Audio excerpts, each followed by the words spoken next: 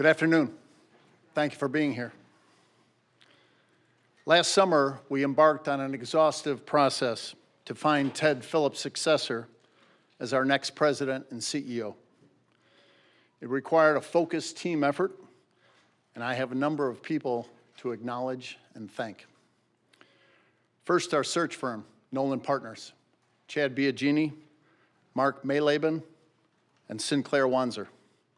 They did an outstanding job bringing to us candidates who otherwise would not have been on our radar, vetting candidates we brought to them, and providing their assessment of each candidate's strengths and weaknesses. The search team, Tanisha Wade, our Senior Vice President of Diversity, Equity, and Inclusion, was also part of the process that resulted in Ryan Poles and Matt Eberflus coming to the Bears. Once again, she demonstrated her value in the interviews and in the post-interview assessments. Liz Geist, our Vice President of Human Resources, brought a fresh perspective and instincts which were invaluable to our process. Thank you to Ted Phillips, who throughout the search repeatedly demonstrated the qualities that led Ed and Virginia McCaskey to put their faith in him 24 years ago. Our family is indebted to Ted for all he has done for us and for the Bears. He was the first non-family member to hold the title of President and CEO of the Bears, but he is as close to family as one can get. And even though he's leaving us soon, he will always be part of the Bears family. Thank you to the other members of the Bears Board of Directors, particularly Pat Ryan and Andy McKenna, for their support throughout this process. Their business savvy and critical analysis of the candidates helped lead us to the best possible result.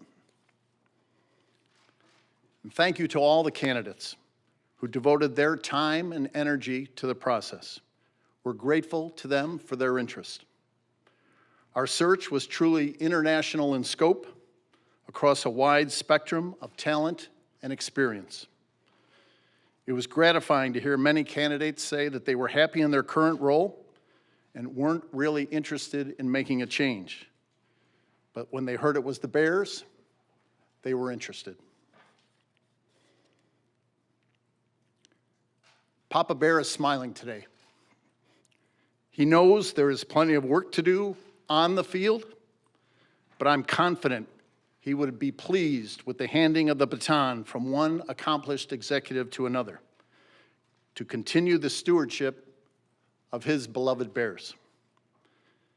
Kevin possesses the qualities that we were looking for in our next president and CEO: leadership, vision, intelligence, decisiveness, humility, a team player, an effective communicator, someone who understands what the Bears are all about and who can re-energize our staff to get us where we want to go. And it didn't hurt that Kevin holds an advanced degree from Arizona State University. Kevin's experience as a player agent, as a lawyer in private practice, as an executive with 3 NFL clubs, and as Big Ten commissioner has prepared him for this moment, and we have complete confidence in him to lead this franchise back to greatness. It's clear to me that given Kevin's experience with NFL clubs and his interaction with their football operations, we should return to having the general manager report to the president and CEO. Ryan Poles remains in charge of our football operation with complete authority to do what he thinks is best for the Bears. Ryan and Kevin talked during our interview process, and we are confident that they and Matt will work together to give Bears fans the winner they deserve. It is with pride and a grateful heart that I present the next President and Chief Executive Officer of the Chicago Bears, Kevin Warren.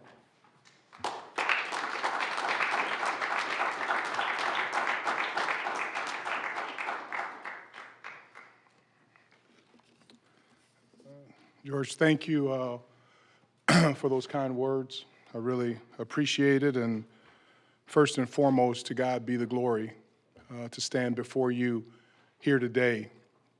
This journey really started a little over 30 years ago.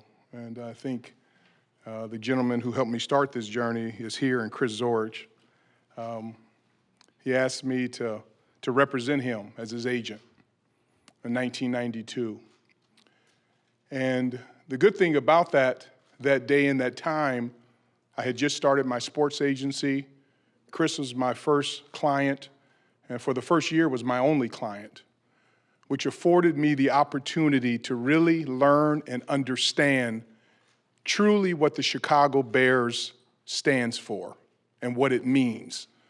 So I was blessed with the opportunity to attend all of his home games at Soldier Field, sit in the stands with the incredible fans of the Chicago Bears. And Chris, I want to thank you. It's amazing how the good Lord works. I never would have thought 30 years ago that when you and I would go to those games and I would wait for you outside the locker room and had the chance to negotiate your contract with Ted, that I'd be standing here today. And I just want to thank you for having faith in a 27-year-old person to represent you. And I will forever be grateful. So Chris Zorich, thank you very much. Today's special. I'm excited. I'm energized. And I'm honored to stand before you today. And I want to thank so many people. First, I do want to thank George Halas.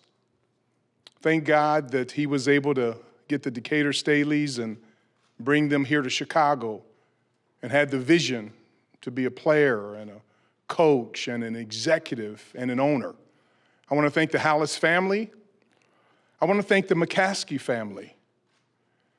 George, the relationship that we've developed that we had in the league is very special to me, and it's an honor that Mrs. Virginia McCaskey is still living and here and vibrant. I want to thank Ted Phillips. Ted was one of those individuals during our journey, during the interview process, but even going back 30 years that you looked to and said that they did it the right way. Many people have asked me, why the Bears, why this time? It's because of the challenge, the opportunity. I trust Ryan, I trust Coach Matt, that we're going to do things the right way. We're not going to take shortcuts. We're going to build an incredible franchise. I came here to win championships, to win the NFC North, to win the NFC, to win the Super Bowl, to help shepherd and lead a stadium development project, to embrace our alumni, to embrace our history and tradition, and to embrace the absolutely incredible Chicago Bear fans. That's why I'm here. We will continue to do it the right way. We will work hard. We will have fun. We will be diligent. We will be detailed. We will be methodical. We'll operate with integrity and honor at every step of the way. This is a special time in the NFL, but most of all, it's a special time for the Chicago Bears. Everything's ahead of us. Greatness is ahead of us. All we need to do now is go and grasp it. Put in the time, energy, and effort. This is the best NFL football city in the country. We have the best ownership, phenomenal leadership, good, young, talented players, the best fans, phenomenal alumni, 30 people in the Pro Football Hall of Fame.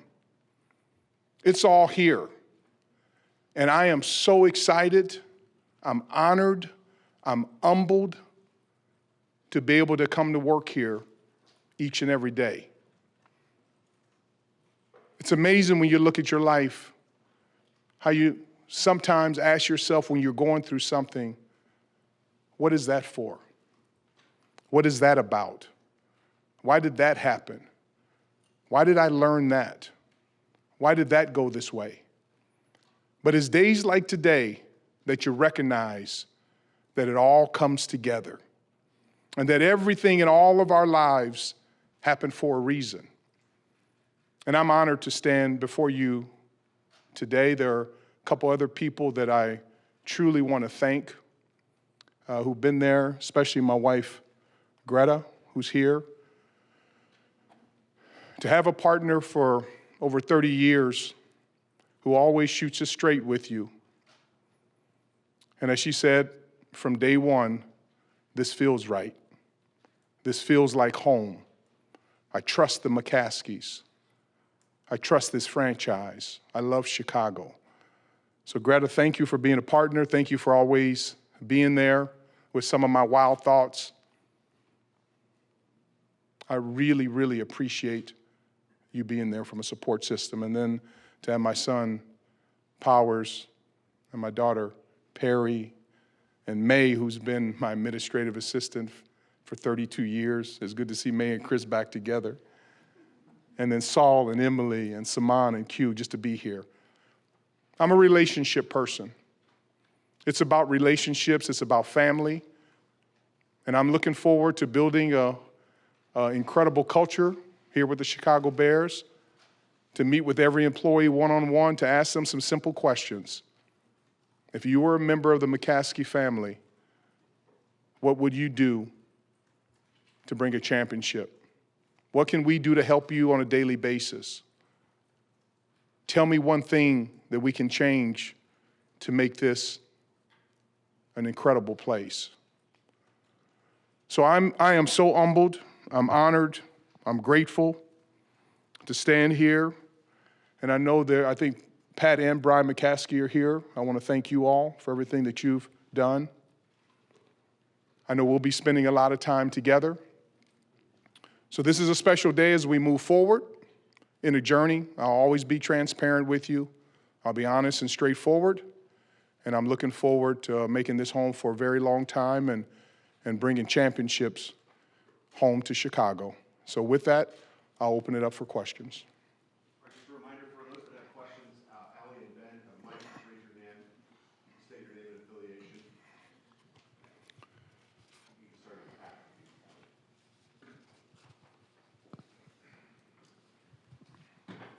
Hi, Kevin. Patrick Finley with the Chicago Sun-Times. How are you doing, Pat? I'm good. How about you? Your experience in getting a stadium built, what did you learn from your time in Minnesota that you think will help the Bears get something done in Arlington Heights? And what's your understanding of the timeline with the purchase there? A couple things I learned. I remember when we finished the stadium, I have all these boxes of binders, and many people said, you can get rid of those, you'll never use those again. I'm glad I saved them. But I think the biggest thing I learned was the fact that you need to plan before you start digging. And I think what made and makes US Bank Stadium so special, we spent almost a year in planning. And planning is critical, and that's what I appreciate about the McCaskies is they support the planning process. And so I think that will be really critical from that standpoint.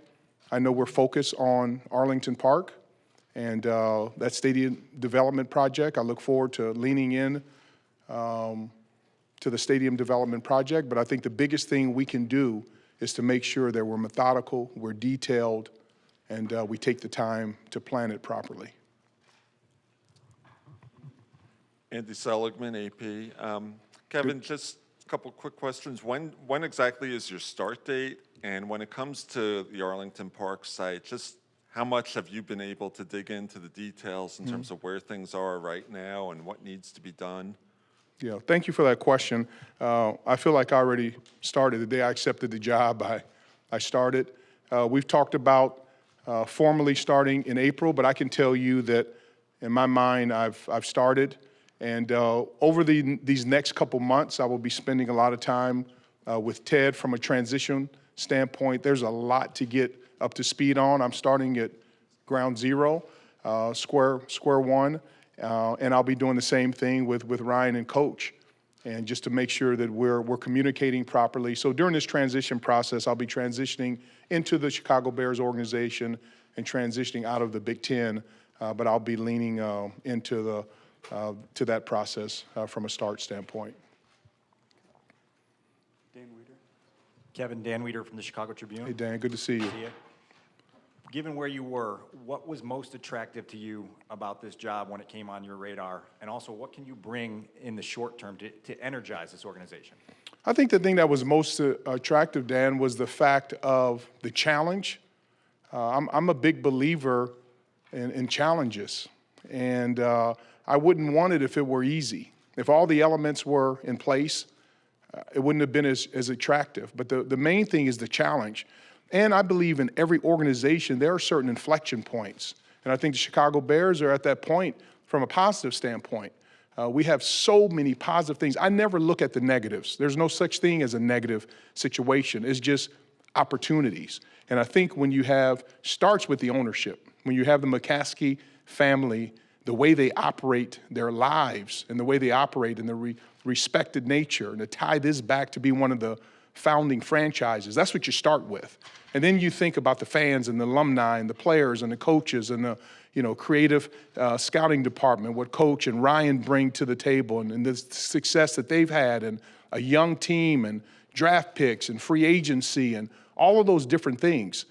So that's what intrigues me. I always want to have something where when you get out of the bed in the morning that you say there is too much to do, because what that I've learned in my life, that's when I know I'm in my sweet spot, and that's when I know to really have to rely on my relationship with God and prayer and faith, and to work hard and come together.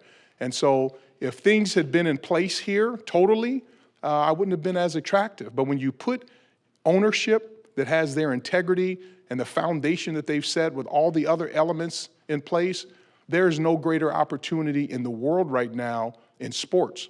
And so to have that here in Chicago with this incredible fan base and this history and tradition, it is truly rare and unique. Herb Howard with the Biggs Media. Mr. Warren, congratulations, first of all.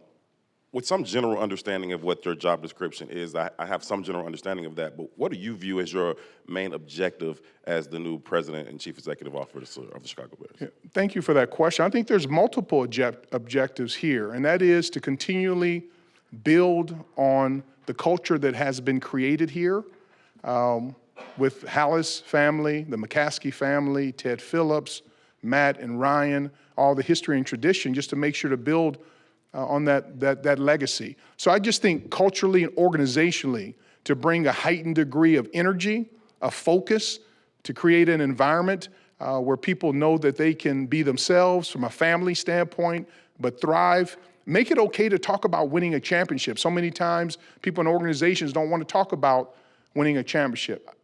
I want to talk about it, but not only talk about it, but then put in the work to be able to do what we need to do to win a championship. All you have to do is look at the playoffs. It's wide open.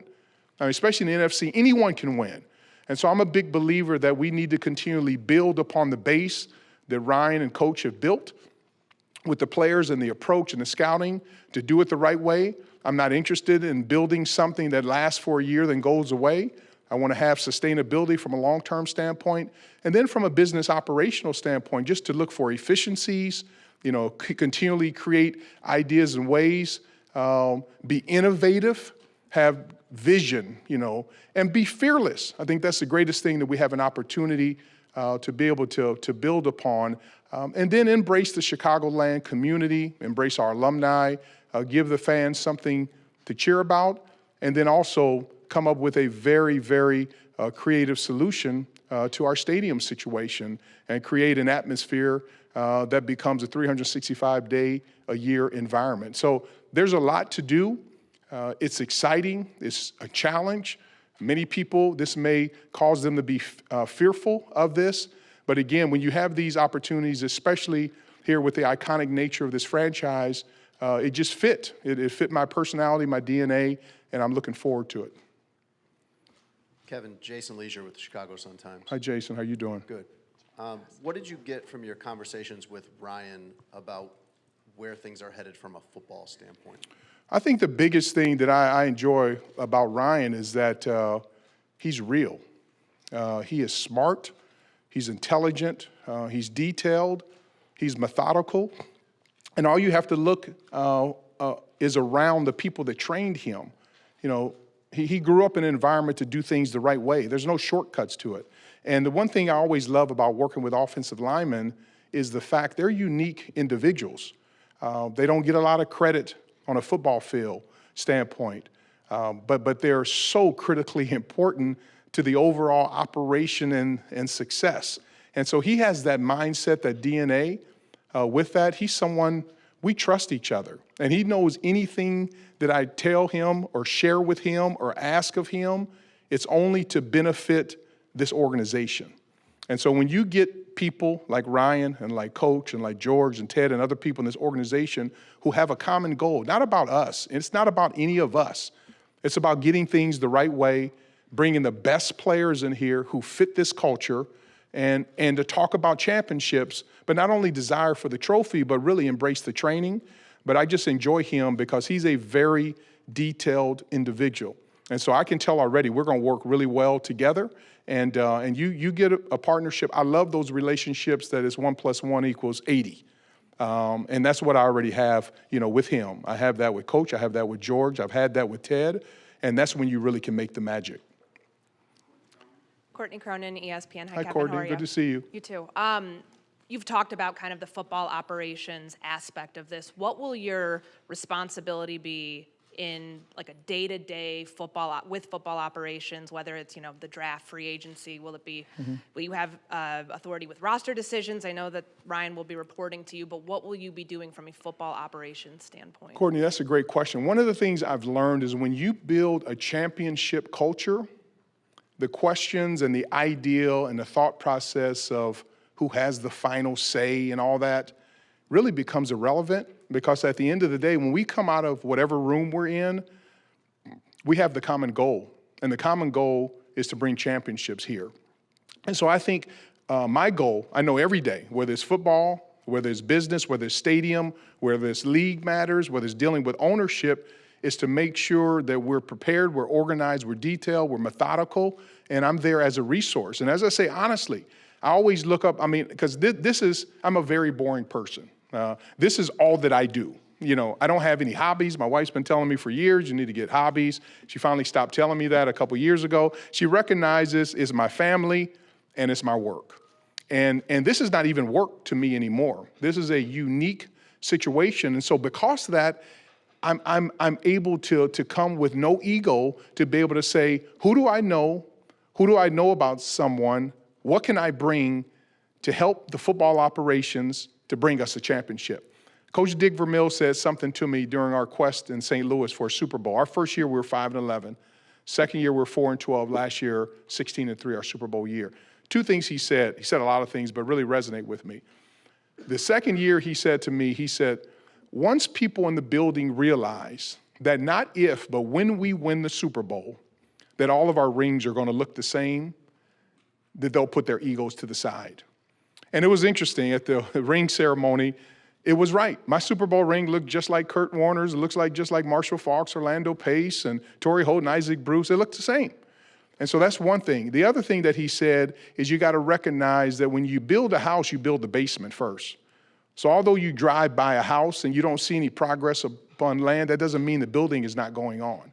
And so I think with that and that common goal that Matt and Ryan and George and everyone in this organization will have, it will be a very healthy environment. We won't agree on everything, but we'll work together because we have a common goal of making sure that we bring championships to this franchise.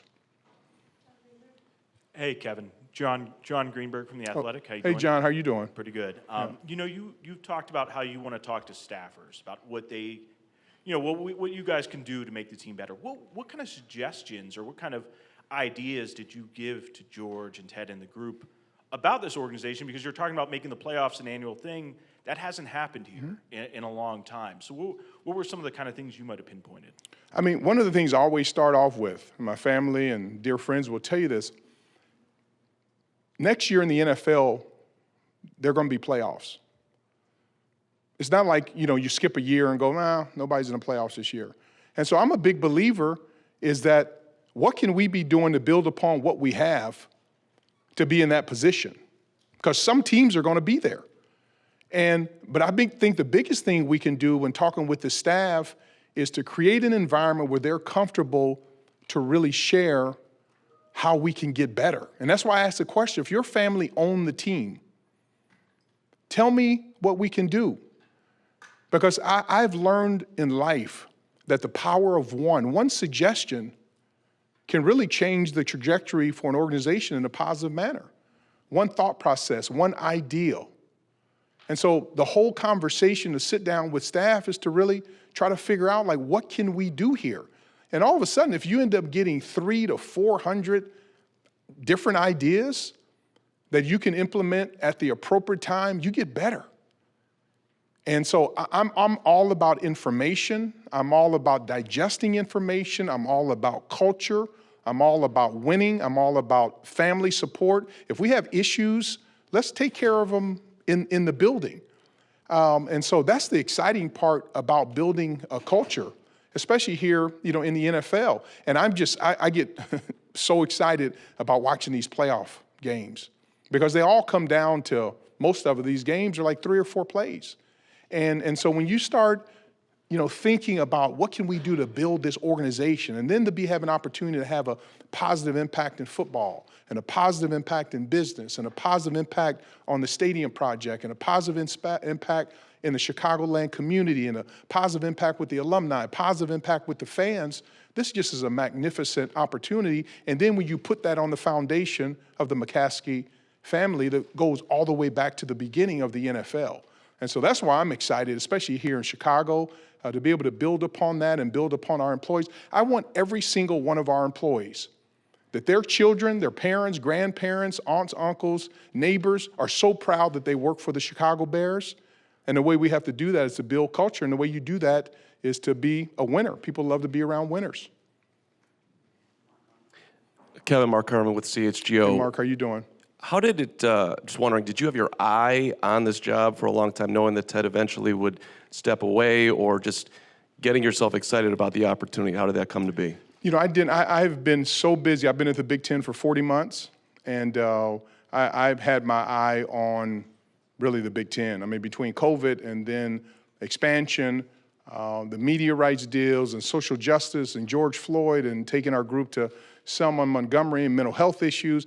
At the Big Ten, and still to this day, until I'm not there any longer, when I wake up in the morning and I say my morning prayers, we have 10,000 student athletes in 14 schools, soon to be 16 schools across 11 states, 14 chancellors and presidents, athletic directors, hundreds of coaches.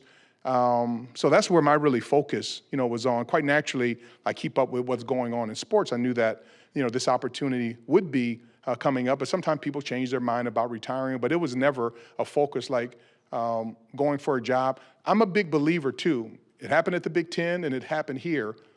I promised myself that other than my wife, that I was not going to ask anyone to call the Bears about my interests. Because that means if the job ended up coming to me and the opportunity, I knew it would be a blessing from God. And that was a sign, just like with the Big Ten and just like here. So I didn't leverage any contacts or whatever. I just let it happen just naturally.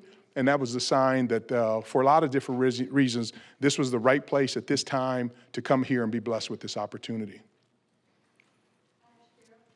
Hi, Alex Shapiro, NBC Hi, Sports Alex. How you Chicago. doing? I'm doing well, thank you. Yeah. Congrats. Obviously, when you built US Bank Stadium, is in the middle of the city in Minneapolis. Yep. And when you look towards the Bears Stadium project, it's a little bit different. So I'm curious, what do you think are the unique opportunities or maybe challenges of building at Arlington Park specifically? Yeah, because I'm a, stadium nerd, I would say. Even when I had heard about the Arlington Park opportunity, I drove out there one day on my own just to kind of look around.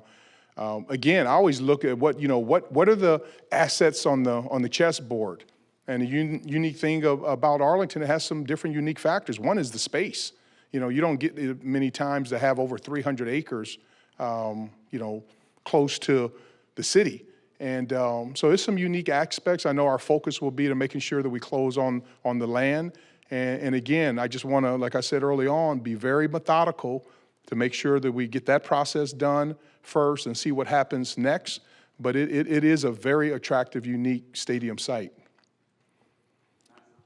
Matt Zahn from CBS Chicago. Hi, Congrats. Matt. How you doing?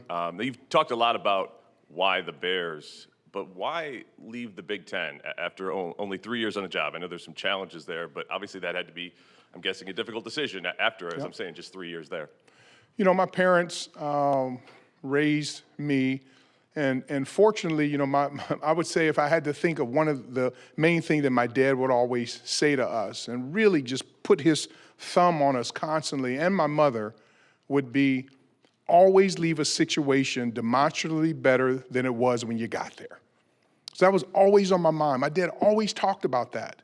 And he would say, when I would call him about different opportunities in job, he would say, from the day you walked in the door till now, is it better? I said, yes. He said, is it demonstratively better? Yes. He goes, okay, well then you can go on to the next job. And I just felt in 40 months there, for us to be able to come in and handle the pandemic in a manner that I thought kept our student athletes healthy and safe, for us to be a leader in social justice initiatives, for us to be a leader in the mental health space, for us to be able to set records from a television network creativity standpoint, and to be able to expand with USC and UCLA. I would say I left the Big Ten in a demonstrably better position. And so I'm a big believer. I wouldn't even feel good with myself if I just kind of stayed there and let that kind of drain out over the next year and say, okay, it's time to go. I just felt it was the right time. I had done what I was called there to be able to do. And I think that's, you know, different about me. You know, I go by like a calling. And this is bigger than sports to me. This is really about life. This is where God wants me to be. And I just felt that I had made the impact at the Big Ten at that point in time. It's in a phenomenal position, and someone else should be afforded that opportunity to recognize their dreams. And to be blessed to have the Chicago Bears at this point in time with the challenges that they're, you know, facing, but the huge opportunities and the work that it's going to take, it was time to be able to go. So I feel incredibly well with our body of work at the Big Ten. There's phenomenal people, still have great relationships. I'm so grateful to the Big Ten staff and our chancellors and presidents. They supported me to be able to do it. But, you know, I go by in my spirit, and my spirit from the first time I sit down with George and Ted, like it was right in my spirit.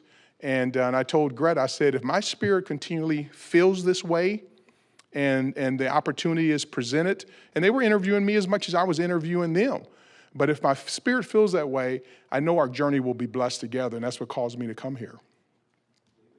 David Hoff from 670 The Score. Hi, David. So you talk about the passionate fan base, Yep. and a lot of those fans care about the hierarchy, but they care most about the results on Sundays. So how would you explain to them how your brand of leadership, these individual meetings that you're going to have with employees, just the way that you lead here will lead to victories during the season? I think the biggest thing is I think about the fans every day. So when I went to the Bears and Eagles game during the season, like I said, I purchased tickets online, I parked in a parking lot, we walked to the game, I sat in the stands.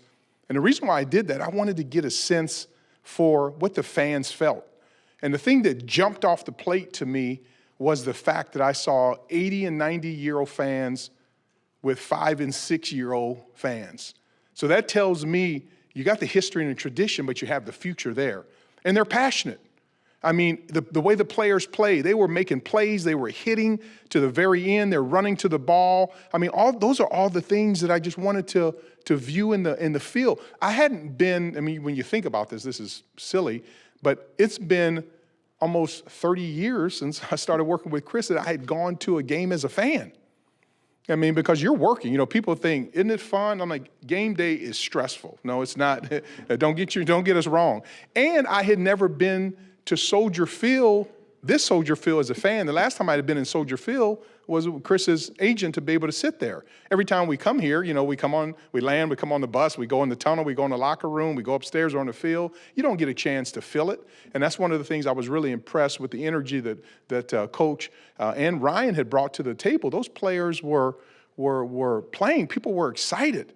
And I even remember the play that when Justin broke loose and ran up the sidelines, it was called back, but the energy that was there, and to hear Bear Down being played and all of those kind of things. So I think Chicago, I've said it before, these are the best fans in the NFL. They deserve championships. We're going to bring championships. We're going to do everything that we possibly can to deliver that and work hard. But I love the passion and the energy, and even on the weekends, because we live downtown, after church, and we'll go have breakfast sometimes just to see, people in their jerseys and all that. I just said, there is so much history and tradition. And so there's an opportunity from an innovation standpoint, but the fans deserve to have a phenomenal game day opportunity and a great football team on the field. Kevin, Matt Fortuna. Hey, Matt, good to see you. You as well. To piggyback off earlier question a little bit, what do you think you learned from that 3-year Big Ten experience that's applicable to this job? And just being a Chicago citizen the last 3 years, what have you learned about this city, this market, this franchise that you were unaware of living in Minneapolis? I mean, I learned a lot about, at the Big Ten. I just tell you, any of these opportunities or jobs, you better be tough, and you better be able to operate with dirt in your mouth.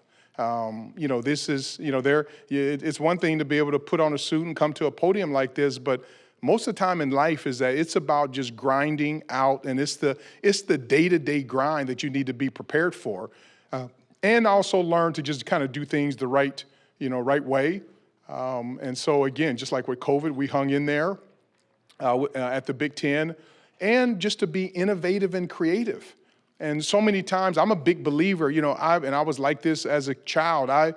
My mom told me I asked why so many times that, it would drive her out of the mind. I would just ask, why? Why do things work that way? Why do we do that? Why is this?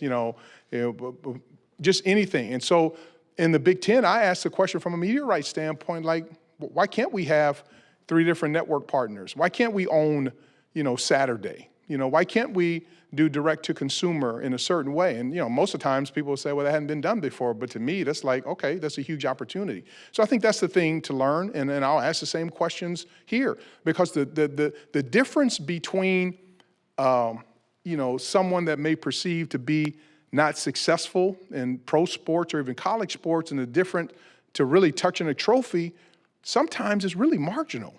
And it is those things around the edges that you need to really, deal with. Because there's certain things just you can't change. I mean, the NFL puts a schedule out. You can't go and negotiate and say, well, we don't want those games. We want to do these games, or we like to play 4 games at home. No, there's certain things that are what they are.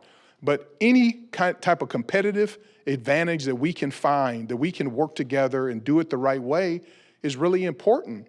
And minor details are major, And if I always say all the time, you can put the smallest pebble in your shoe. It may not be bad if you're walking around the house, but go try to run a marathon.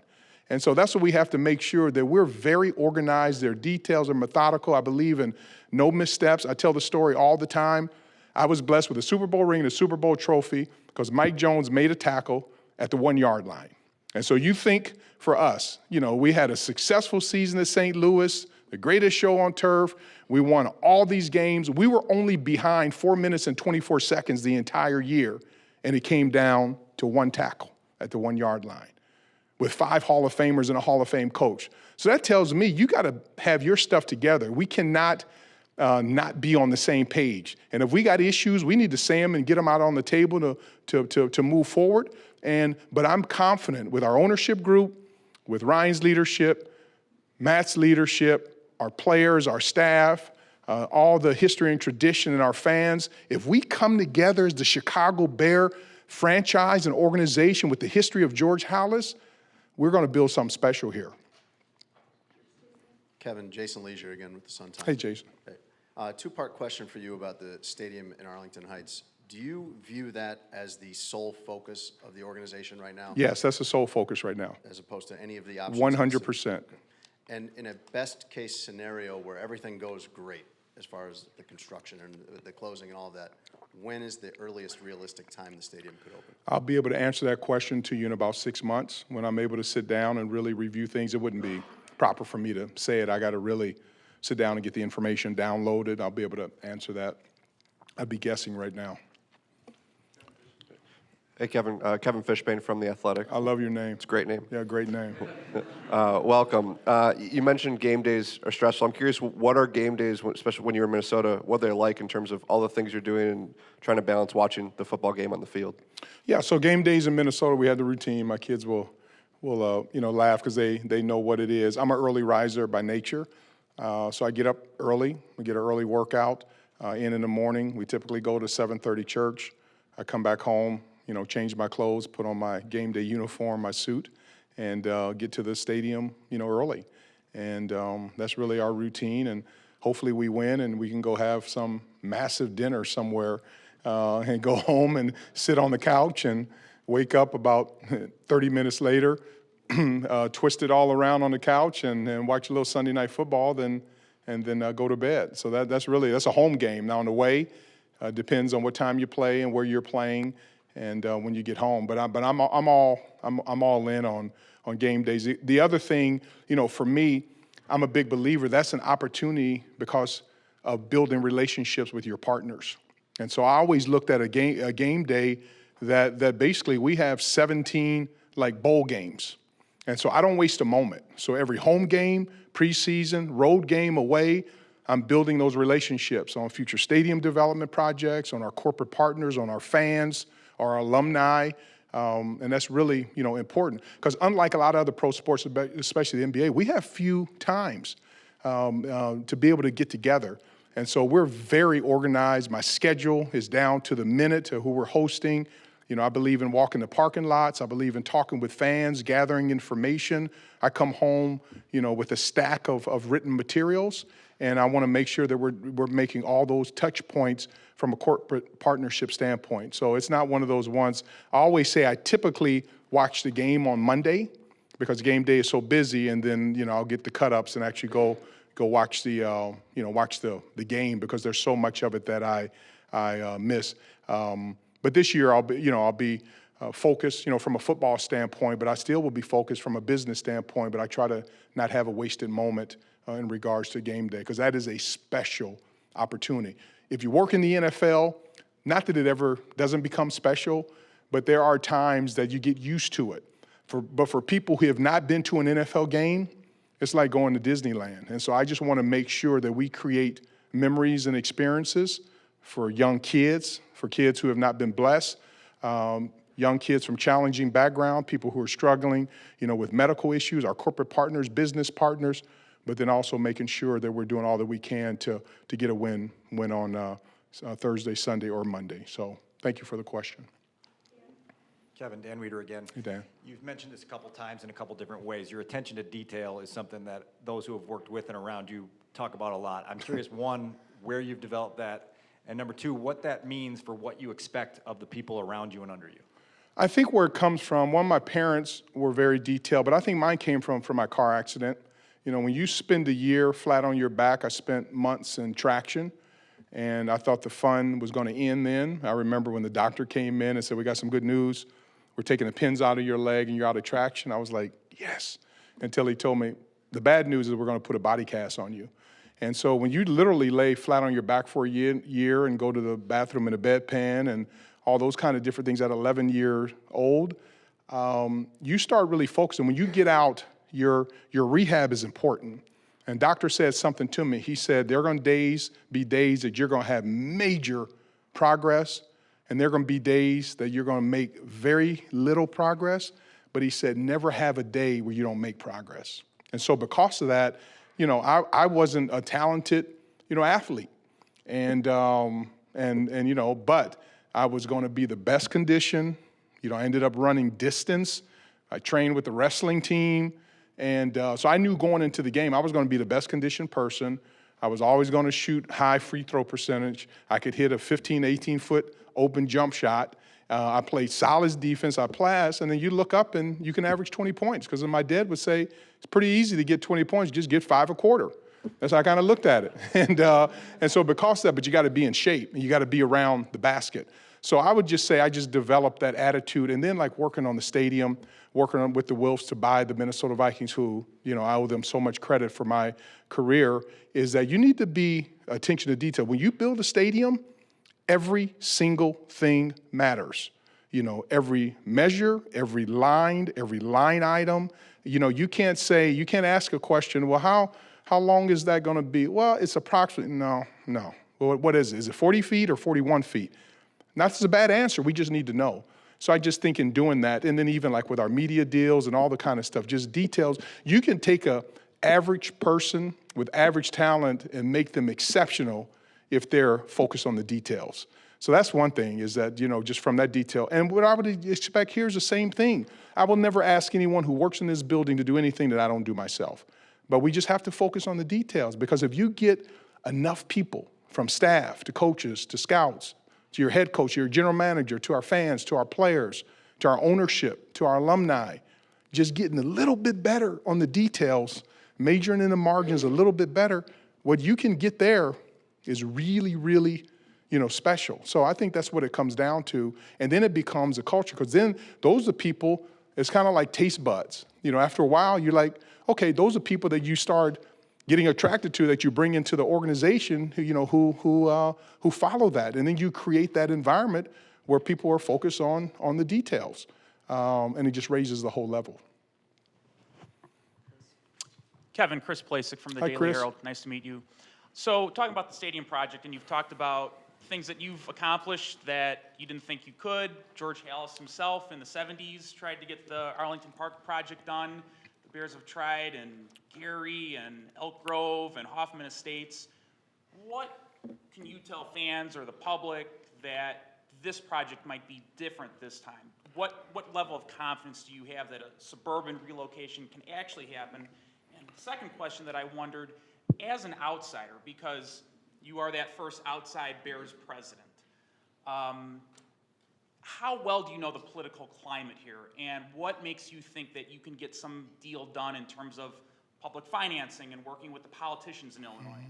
Yeah, so two-part question. One, in regards to stadium development, why do I think it get it done? That's almost one of the ones I would like to put a pin in that and come back in 6 months once we really study it a little bit more and answer that.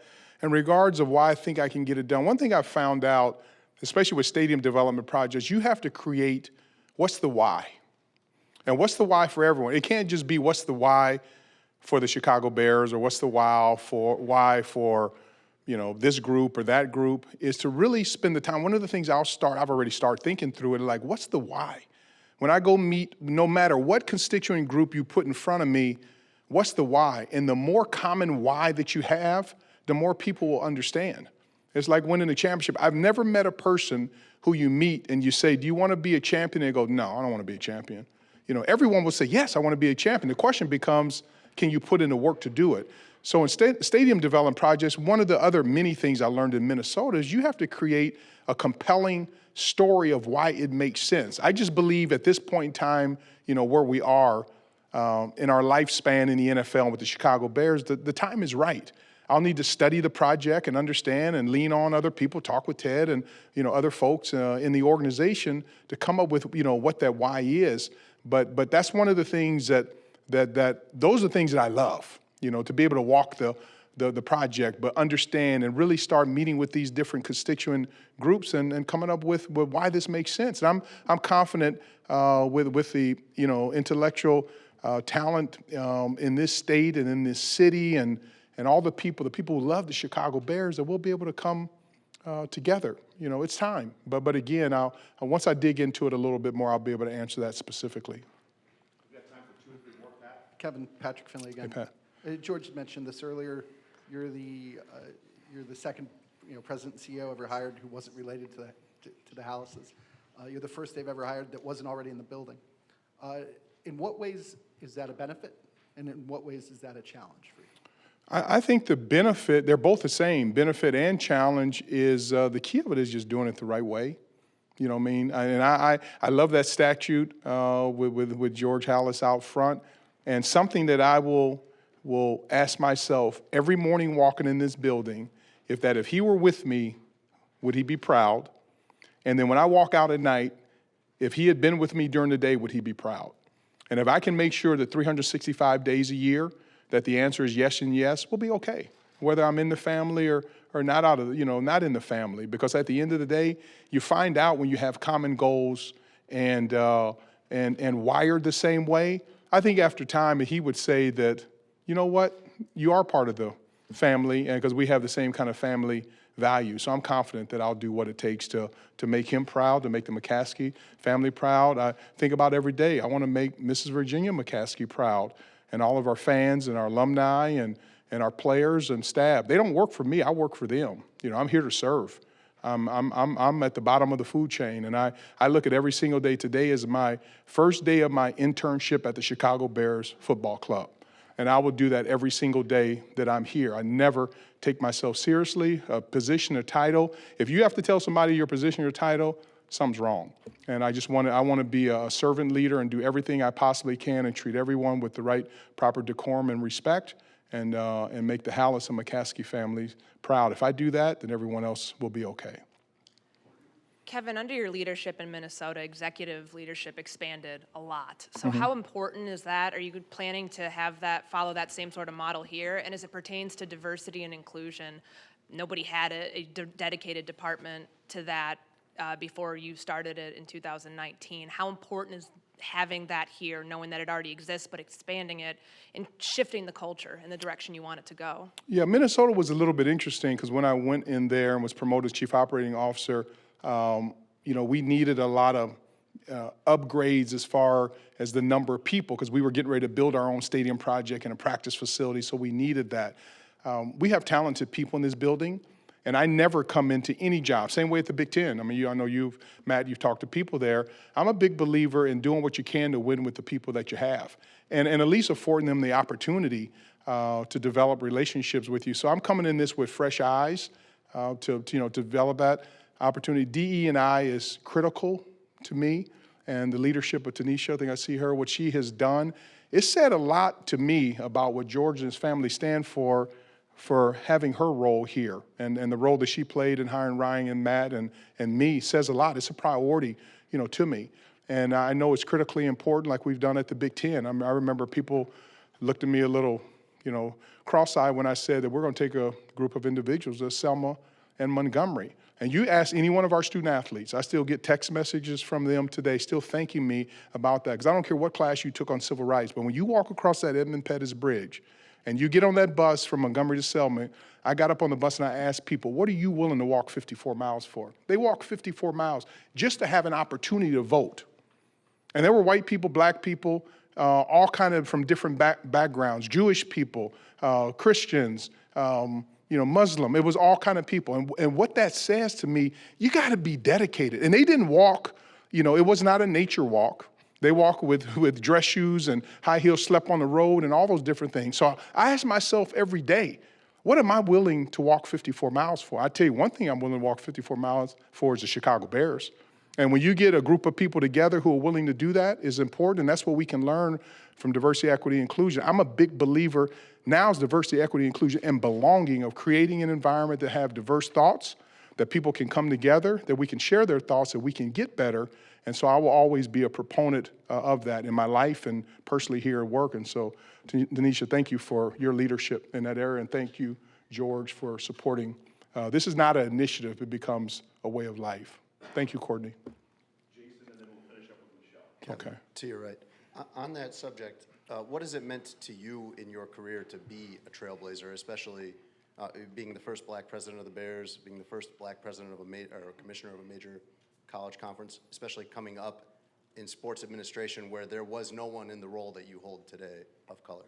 I mean, I think the biggest thing is that it says that we need to give people opportunities. You know, I didn't grow up, I didn't go to a boarding school, I didn't go to private schools or whatever. I went to public schools and, you know, high school, and I just think it's an opportunity to really, you know, grind it out. I mean, that's what it comes down to. But we have to give people an opportunity. We started a program at the Big Ten called the Taliaferro Fellows, named after George Taliaferro, who was the first black player in the Big Ten, you know, drafted. And just to give people an opportunity and to grow and learn.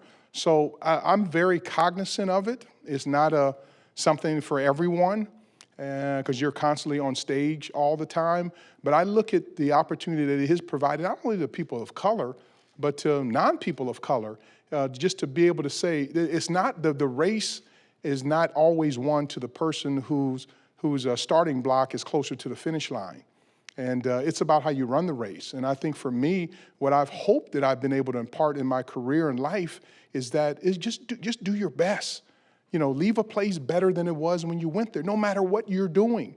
You know, so if you're a lifeguard, you know, be the best lifeguard. And I'm a big believer, and Greta will probably laugh about this. We lived in a neighborhood, and she shook her head one day, said, oh boy, is that they start giving up the Yard of the Month Club. And she looked at me, she's like, I know what's going to happen here. And, you know, our yard was okay. Once I saw that sign up, I got the mulch. I was bringing out experts and cutting the yard, cross-cutting it. What happened? We won Yard of the Month, you know what I mean, after about 3 months. And I was so proud of that. But that was just a lesson, one, being competitive, and but two, just lean into it.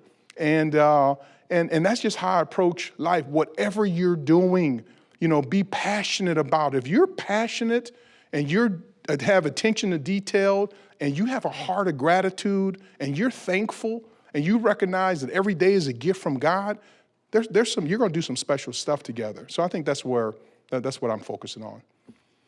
Hi, Kevin. Michelle Steele from ESPN. Hi, Michelle. How you doing? Good. Thank you so much for the time today. Yeah, good to see you.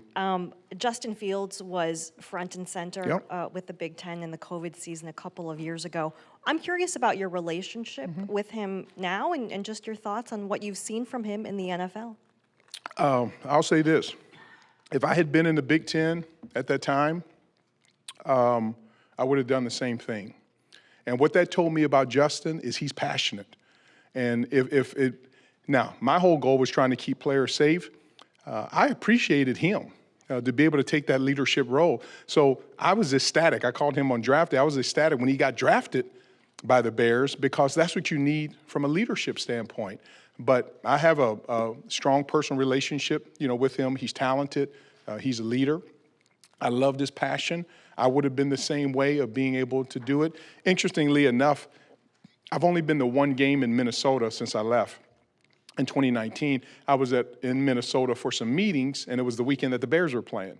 And so I actually went to the game and went into the locker room to say hello to Justin and a lot of our Big Ten folks, Riley Reif and Trevor Siemian, and just to be able to go to say hello. But I have the greatest amount of respect for him, you know, because I know he's going to do everything he possibly can with the talent that he has to be a leader, and he wants to win championships. So I take it as a compliment. Those are the people that I want, because if someone was not upset about playing, then I really would be concerned. Because I know if I was in the Big Ten and someone did what I did, yeah, I would have led a revolt to be able to play, because that's how passionate I was, you know, to take advantage of it. So I think that's great. All right, thank you. Okay, thank you all. God bless you.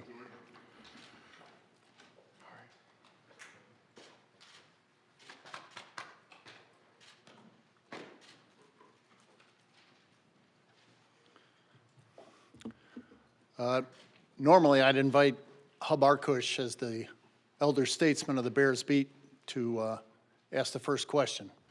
As all of you know, he had a well-documented medical event here at Halas Hall last year. He's on the road to recovery, and we're looking forward to welcoming him back here on a regular basis. Look forward to seeing him here. Who wants to step into Hub's big shoes? No questions? Okay. Hey, George. Hi, Adam. Obviously can't step into Hub's shoes, but can you give us an idea of why last year you switched the structure to have, when you hired Ryan to report to you? Did Ted Phillips' impending retirement have anything to do with that at that time? And then why you decided to switch it back to how it was before now that Kevin's on board? Thank you, Adam. Ted had told me about his intention to retire, and we just thought with all that he was taking on with the stadium and so forth, and his impending retirement, that it was best to have the general manager report to me. When we assessed Kevin's strengths as an executive, it just made perfect sense to me to go back to the general manager reporting to the president and CEO.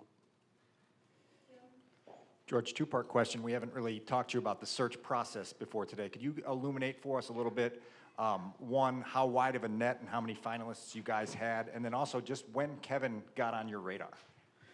Well, we talked to Nolan Partners throughout the search process, and Kevin was on Nolan Partners' list, and he was on our list, and it just worked out well that when we contacted him, he had an interest.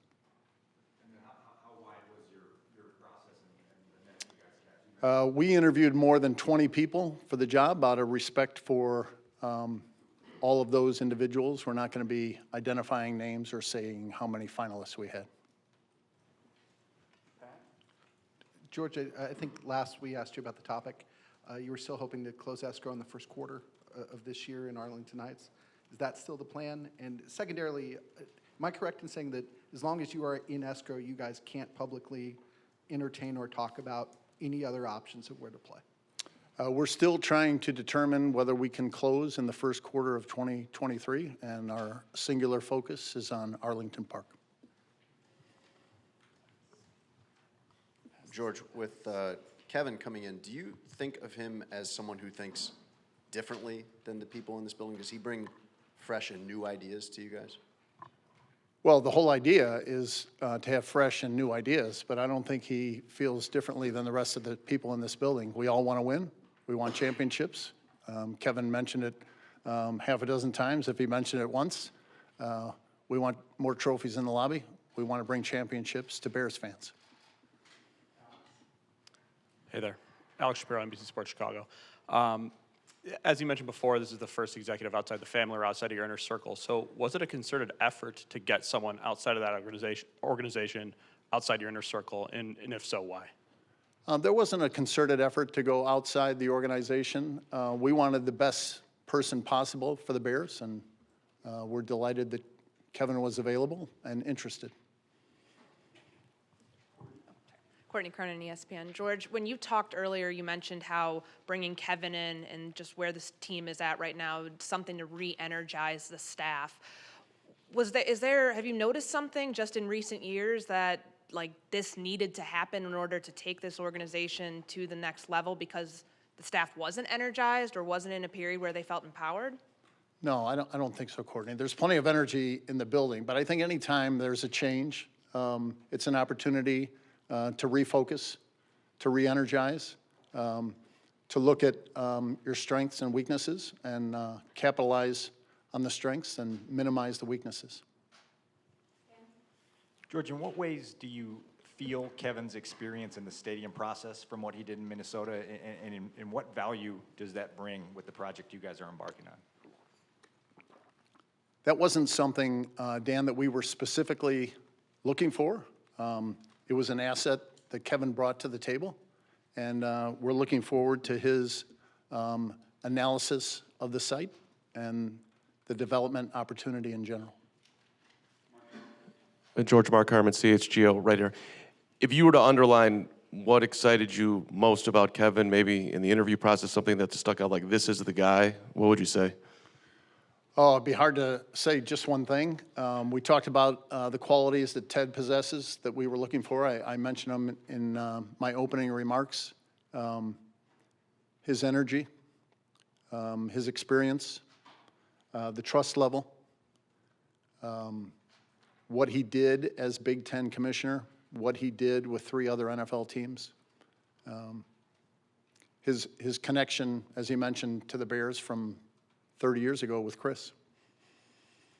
George, Cheryl Racedow, WBEZ Radio. What does your mother think? What has she said about these changes, especially having a new president? She congratulated me, and I congratulated her. She said that she was relieved, and I told her that I'm relieved. We all feel good about this decision. We're very excited about the future. George, Matt Fortuna, The Athletic. George, you're here. Sorry, Matt. There have just been 6 commissioners in the history of the Big Ten. Were you surprised you're able to engage with and ultimately land a president of Kevin Warren's stature? I wouldn't say surprised, because like I said, he was on our list, and he was on Nolan Partners' list, and just very gratified and encouraged that he was willing to talk to us. George, I'm curious your evaluation of the performance on the field this year. When we talked to Ryan Poles last week, he said, you know, he took no pride in getting the #1 overall pick because he wanted to win. How did you manage this season in terms of your expectations? And what do you think about that first round pick, or the first overall pick? Well, the record, of course, was disappointing, but the encouraging part was to see what Ryan and Matt have put in place, that the players are buying into it, that they're giving it everything they've got. We have a lot of opportunity to improve, and with Ryan and Matt and Kevin, we're expecting to do that. Hey, George. You talked about the foundation. What specifically struck you about what Matt and Ryan were able to kind of start here? What were some of the things that you really appreciated? You know, obviously the record wasn't there, but you like where the direction this thing's going. Just the way they go about things, the communication, the interaction, the expectation, looking for a particular player. You know, Matt talks incessantly about the HITS principle and players that carry out that principle. Those are the kind of guys we're looking for. Hi, George. Hi, David. Because of his obvious qualifications, how much of this process did it feel like he was interviewing you as much as you were interviewing him? Well, he mentioned that, and I talked to head coaching and general manager candidates. When they're out there being interviewed, they should do the groundwork that is necessary to make sure that it's a good fit for them as well. And I think the beauty of this process was that it's a good fit for Kevin, and it's a good fit for the Bears.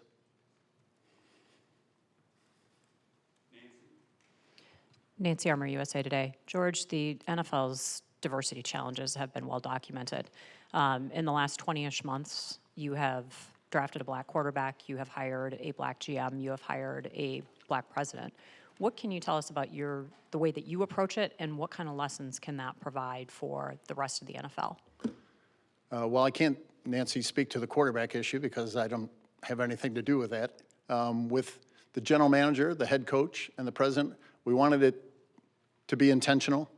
We wanted the process to be open, fair, and competitive. But in all three situations, in the final analysis, we wanted the best possible person for the Bears. And in all three cases, we think that's what happened. George, we all know Kevin's involvement in US Bank Stadium. You've been able to go there many times now as an opponent. When you have been in that building, what are the things that you appreciate about that stadium that would perhaps be on your wish list for a new stadium here?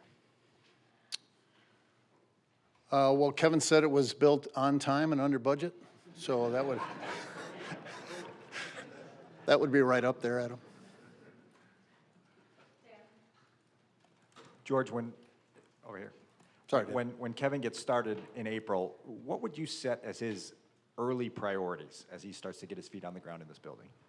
Well, the priorities are for Kevin to establish, and one that he mentioned to you is talking to everybody in the building about what can we do to make the Bears better.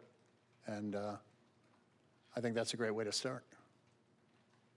George, with everything that's going on this offseason, I mean, new team president, coming off of what Matt and Ryan built here, establishing the culture during the season, is this the most excited you've been? You know, there's a new stadium on the horizon, all the things that you can see in the future, but is this most excited you've been and maybe the family has been with the direction that the team is going? Well, we're excited every year, Courtney. The offseason is a great opportunity to reset. As Kevin said, the playoffs are going to be there. Everybody starts 0-0, and we're looking forward to everything that's coming, free agency, the draft, minicamp, scouting combine, all that comes with the offseason, right through the schedule release, and looking forward to getting after it. Hey, George. Hey, Mark. Like you mentioned, there's always been a lot of enthusiasm in the building. You feel like you've hired the right people and good culture and so on, and yet the record on field has not been there. I'm curious from your vantage point, what's been missing, and what do you think Kevin specifically brings to you, to this organization that you haven't had before that will make a difference? Well, we need to win more games. Obviously, we don't want to be in this draft position ever again, and we're confident that Ryan and Matt, working together, will make sure that that happens. We need more of the right kind of players, and we need everybody to buy in, and we need a few breaks. We had a lot of one-score games this year. We need some of them to go our way. Hi, George. Hi, Chris. When you last spoke about the Arlington Park project, maybe several months ago, I think you indicated this would be a long process, the due diligence process. But since then, maybe you can give us an update. Why has this taken so long? Are you very close to closing? And then I know you've also said, I think at the meeting at the high school, that even if you sign that deal, doesn't mean you'll develop it. And I know you are focused on this, but also as planning, there has to be a plan B, maybe a plan C. There's been new plans released about Soldier Field. So where do things stand right now? And why is the whole process taken to this point?